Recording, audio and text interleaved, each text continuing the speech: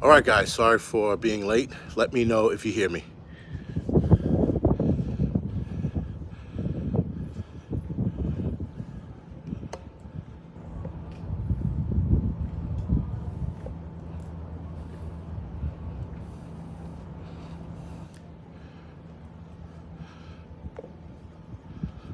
Are you taking like elapsed time photos? No, I'm actually doing a live stream. Oh, Yeah. so cool. All right, guys, so, all right, you guys can hear me. Moldy Soldier, thank you. All right, give me 2 seconds. Thank you for the 5x5. Give me 2 seconds. I'm going to run and get my notes.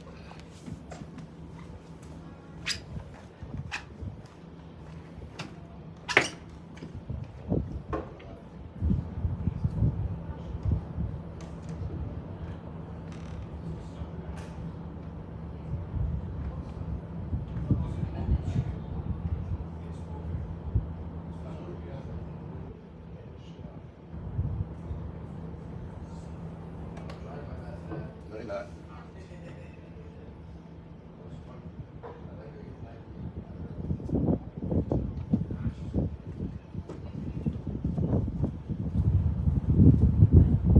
All right, thank you for the 5x5, guys. So let's jump right into it. This is the Wednesday Midweek Report. We're going to start with the hurricane. What is it? Adelia, making landfall in Florida. Supposedly, it's rated as a major storm, but it's a hurricane, so I'm pretty sure that goes without saying. But also, forgive me for not being able to see the chat. It disappears a lot faster on the phones than it does on the actual computer.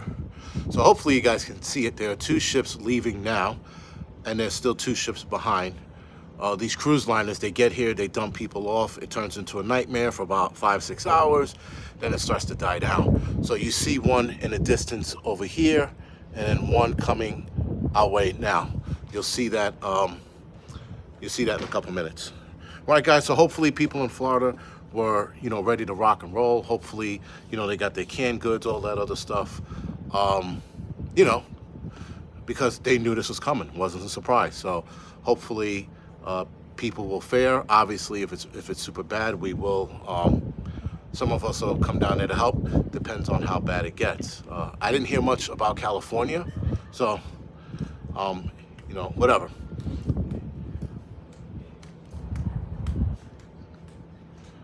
What the hell is looking to Uzo? Ules. What the hell is Ules? Florida native here, good so far. Very good. All right, so obviously once the storm is done, we'll be able to get a better understanding of what's going on and how it's happening and what's happening. But again, these are one of those things that you see coming for a few days, if not a week or so, if you're paying close attention. So, Susie, I'm in Greece. For those that don't know, I'm in Greece, Santorini, Greece, or I think it's Wea, Santorini, Greece. Right, that's the town I'm in. You see the blue domes. You look those up on Instagram. Everybody and their mother took pictures of them, including myself. So I'm a victim of that too. Well, not a victim of it, but I'm whatever. So, guys, let's move on. The bubonic plague has reemerged in China. According to Chinese, there have been 3 cases in the last month. The bubonic plague has sprung up here and there. It's not the end of the world, especially if you get treated sooner than later, you'll be okay. So I don't see anything coming out of that. But of course, the Chinese officials confirm cases of bubonic plague in the country, raising total case of 3 for this year. A family in Inner Mongolia, a province of northeastern part of Asia nation that borders Mongolia and Russia, has come down with a potential deadly infection. Now, again, guys, with today's technology and medicine, it'll be okay, right? Again, 3 cases is nothing. It would have been bad if they would have said 1,000 cases in a week or 2,000 cases in 2 weeks. You get what I'm saying? So it's not that big of a deal, but nonetheless, they feel the need to warn us. The bubonic plague, for those that don't know, is also known as the Black Death. We've read history books on that. This was back in Europe in the mid-1300s. They said estimated disease killed somewhere between 30 to 60% of all Europeans as it rampaged across the entire continent. So there is that. This, again, not a big to-do. They detected a case in an unnamed woman in the region last week. The woman's husband and daughter were infected as well, but no one has died so far. Just that they had 3 cases. So if no one's dying, not a big fucking to-do. Moving right along, there is a new Mr. 19 variant spreading across the nation. We all know which one this is because they keep telling us about it. They keep beating this drum for the reason of keeping people scared and keeping people scared. At this point, guys, it's for a lot of people, especially these new variants, they are like the flu for many, especially now. Maybe not in the beginning, but definitely now. It's like the flu for many. So, of course, guys, this is the 4th summer since Mr. 19 has plagued the world. This summer, there is a new variant dominating cases in the United States called the EG5, also known as IRIS. IRIS had been found in more than 50 countries as of August 8th. So Mr. 19 is growing fast, as Mr. 19's subvariant is growing fast. It's estimated to be responsible for around 17% of the current Mr. 19 cases. Again, guys, nothing to worry about, but of course they want to beat this drum, scare the shit out of you. They want everybody to be scared all the time, every time. It's annoying. It's getting played out. Thank you for the 5x5 Blossom Beauty. And what's going on, Adriana? So now you can see the ship more in focused. Right? It's getting closer. So again, these people are leaving. They're going back out to the ocean. There's 2 more liners off to your left, and they'll be leaving by tonight. Hello. Hi. Hi.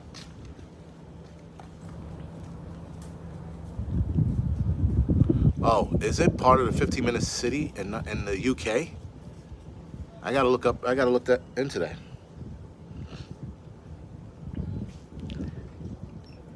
All right, guys. So, of course, with the new Mr. 19 variants popping up all over the place,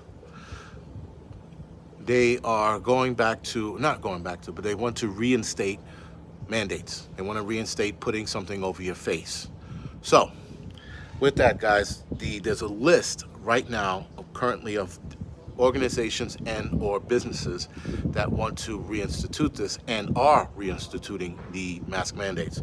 So Morris Brown College, which is a black university for those that don't know, in Atlanta, they're reinstating this nonsense. And they are also going with other restrictions for 2 weeks due to reports of positive cases among students. They're going to have this problem from here till kingdom come. And again, guys, at this point, it's just like the flu. I don't understand because of a couple of cases, they're acting like complete bitches. At this point, it's, again, like the flu or the common cold, depending on who you are. So, of course, they're asking people for the next 14 days to wear a face covering, and some people, they want them to isolate themselves, which, again, I don't understand. So the college is also imposing restrictions on the size of gatherings and parties that students hold. So for the next 2 weeks, these students are not going to be able to party or have large gatherings. But large gatherings, guys, never stop there. You know what I mean? Like, you're in college to get drunk and have fun. I never been to a real college like that. I went to a community college called John Jay College for Criminal Justice. And I didn't do any of that shit because, I don't know, responsible. So, Lionsgate, they also instituted the face covering. They had an employee or 2 come down with it. They started flipping out and they reinstituted it. You have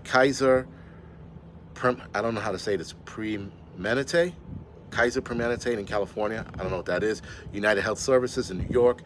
Auburn Community Hospital in New York, I think that's upstate, and Upstate Medical's Hospital in Syracuse, New York. These are the places right now that are going with the mask mandates, right? So colleges, we're going to backtrack a little bit. A lot of colleges are talking about having students take the boosters for the arm ticket. So they're going down that road again, and they're probably going to tell a lot of students that if they don't get this 3rd round, if you will, that they're not going to be able to come to school or go to school. So they're not even recommending it, guys. They're telling people that they need to take it. But they're considering it right now. And if they consider it and they drop the hammer, they're going to force these kids to take something they do not need. So we shall see where that goes when the time comes. Again, colleges in a lot of places start, if I'm not mistaken, the end of August, which is the end of August, beginning of September. So a lot of colleges have to drop the hammer soon or wait till next semester to do so. So another point of interest, if you will, at least for me, I'm noticing a lot of this in New York City. Murder-suicides are up, and a lot of these people are offing their entire family off of bullshit. At least that's how it looks to me. There was an Upper West Side superintendent who knifed the fiance and 2 baby kids to death. So she got all 3 of them in one sitting. How did the guy not fight her off? I don't understand. Maybe she caught him in his sleep. Who knows? But no, reverse that. It was a guy who was doing it. So a man in New York City killed his wife and 2 young kids. Sorry. There was another murder-suicide that was a mother that killed her 2 kids because she lost custody of those kids, took them back home for their last night or whatever it was, and it was their last night. So I'm getting the 2 confused. This one is a guy in New York City. His name is... They don't tell you his name, shocking enough. But the victim names was Alexandra, Lucian, who was 3, and Calvin, who was 1. The man is identified as Edison Lopez, 41, who was a superintendent of the apartment building they lived in on 86th Street. You rarely hear that kind of shit in that area. The guy used 3 kitchen knives discovered at the scene, hinted at the method of use. So there you go. And of course, guys, murder-suicide, that means what did he do? He offed himself as well. So we're seeing more and more of this these days. It's raising a red flag for me, but many people are not seeing the connection. And I think it has a lot to do with the arm ticket. So again, it's just a theory. I have no real proof, but people are misbehaving like savages ever since this thing was introduced. So, of course, guys, with these kind of things, you hear the same, I guess, comments. You hear people saying, I knew this family, they were quiet, they were good people. We would have never saw this coming. It's almost as if a lot of people, guys, like the cancer doctor, about a month ago, she did the same thing, right? They blamed postpartum depression on it. And she was not a world-renowned, but she was a high valued doctor in New York City, cancer doctor in New York City, and she wound up offing herself and her child. So, and then you had this one, and then there was another one, the one with the kids losing custody. That wasn't in New York City. I'm not sure if that was in North Carolina or Florida. I can't remember the 2. But also in Texas, you had again, another one, 2 parents and 2 children, ages 2 to 12, were found not alive in Allen home. I guess that's Allen, Texas. The 2 parents and 2 children were found not alive Monday in an apparent murder-suicide in Texas, weeks after their daughter drowned. So they had 3 kids, 1 drowned, and it seems like one of the parents, they don't know which one yet, killed the entire family. Police on Tuesday said that the father and the mother and the son, who was 2, and another, I think that's a daughter, 12, were found not alive, and they're trying to figure out what happened. Now, of course, they want to do a welfare check, and welfare checks are normally when a neighbor calls or something's not right or they don't see you, they call the cops call like whoever it is. Sometimes it's the cops. In New York, it's what is it? It's an agency that checks on you. Right? In other states, it's the actual cops doing a welfare check to make sure everything's okay. They knock on the door, they see this mess, and the entire family's gone. Right? So they're trying to figure out who did it. I'm going to vote for the father on this one. You guys put your vote in the comment section below. So a lot of this is going on, guys. A lot of people are not paying attention. I think we're going to see way more of this in the near future. Also, doesn't help that people are stressed out with the economy. People are still losing their jobs. There's supposed layoffs happening again this round, come this holiday season. So we have all of that to contend with, and we have all of that to to keep in the back of our heads. So listen, guys, shit is never that bad. You can lose your fucking job and be homeless. Offing your entire family is not the answer. It's not even fucking close. I just don't understand why people turn to that at that moment. So yeah. Someone said normally it's ESU for welfare checks. ESU is a little aggressive for welfare checks. I mean, as an EMT, I've done welfare checks as well. We haven't heard from this person in a while. Can you guys come and check on them? We go and check on them. We call the fire department. We force the door, and there's the body, right? So we've done welfare checks as well. We've done welfare checks on one family where there was a rancid smell, which smelled like a dead body coming out of the apartment, and we could not figure out what the smell was. We did a check in the apartment. We turned, not the apartment upside down, but we were flipping mattresses, looking in closets. We couldn't fucking put our finger on it. And it just smelled so bad in the entire hallway. They lived in the projects. So the entire hallway smelled like a dead body. So, of course, and I hate telling the story because you feel bad for these people once you found out what that dead body smell was. So, of course, the officer who's in there with us, he opens up the oven, and they were cooking a turkey that they got out of the garbage because they were hungry. They didn't have anything to eat. So they took this chicken out, turkey, sorry, because it was right after Thanksgiving. They took the turkey out, they cooked it, and it smelled up the entire fucking floor. So what we did is we told them, throw that fucking thing out. We pooled our money together, we gave them money, and had them go out to buy a proper meal. That was really fucking bad. That wasn't like one of the worst calls I've been on, but that was one of the saddest calls I've been on when I was an EMT. Now, as a fireman, there are a lot of stories that come back to you when you start thinking about it. But that was probably one of the saddest stories because the lady was like, "We're hungry. We don't have anything to eat," and we were like, "Shit!" Because right then and there, man, I was like, "You fucking kidding me? You didn't smell that?"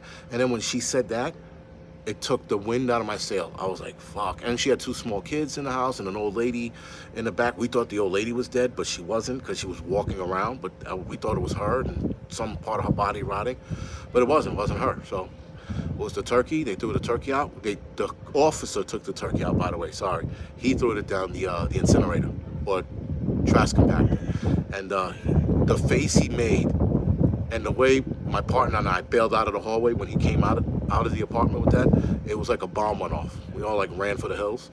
But yeah, hopefully, they recovered from that. But when you work in the city, guys, and you do EMS, you do fire, you do especially PD and EMS, both of those two, they see a lot of hard shit all the time. So they get the brunt of the shit they see, and seeing that shit constantly builds up. And then, of course, some cops can't take it, some EMTs can't take it. Though, to be an EMT and see that kind of shit, you got to be a fucking straight weirdo, which I am, and that's why I was able to handle it. But most people are not able to handle it, unfortunately, because they see so much of this shit. They don't know how, they don't know how to deal with it. So it's just one of those things. There's always people coming in here taking pictures. Why would I take Bear with me to Greece? What are you, out of your mind? Don't be a psychopath. Anyway, with that, guys, we're probably going to go off the air in a couple minutes, just to make it an even 20. And yeah, so anyway, this whole Greece trip is a nice trip. Again, I'm just not happy with the people, with the tourists here. And yes, I am a tourist, and then again, just some of the food. Some of you heard my rant last night about the pancakes with cheddar cheese on it. Cheddar cheese sauce on a pancake. I'm telling you right now, if we were in fucking New York, I would have called the cops, the detective, ESU, SWAT, fucking helicopters, everybody. Arrest this fucking man for putting cheddar cheese on pancakes. It's a fucking flagrant foul. I should have threw a flag on him. I should have did everything under the sun. I've never in my life thought I would have seen some shit like that. Cheddar cheese on pancakes. We should have arrested him. I should have fucking did citizen's arrest in Greece, but I guess it's not allowed here. But we all looked at the pancake like, what the fuck? My son tried to eat it anyway. He tried to suck it up and eat it. He couldn't bear with it. He just couldn't do it, So it was bad. It was horrendous. And if this man comes to America, I'm getting him arrested because that was illegal, the move. I've never seen, I would call the cops on this man before a drug dealer. That's how bad it was. Hookers and whores would get away with crime if this man came to the States and made a pancake with cheddar cheese sauce on it. Disgusting. Very disgusting. Anyway, with that being said, guys, we're gonna go off the air. Thank you for joining me today. I don't think I will be doing a live stream in Mykonos. I think I'm going to take it easy and just relax. And you guys will see me next week. All right, if I do one live stream, it'll be one in Mykonos, I guess, to show you guys around, and then maybe one in Athens. So maybe there will be two more. Sorry, but they will be short. They'll be 20 minutes, maybe half hour.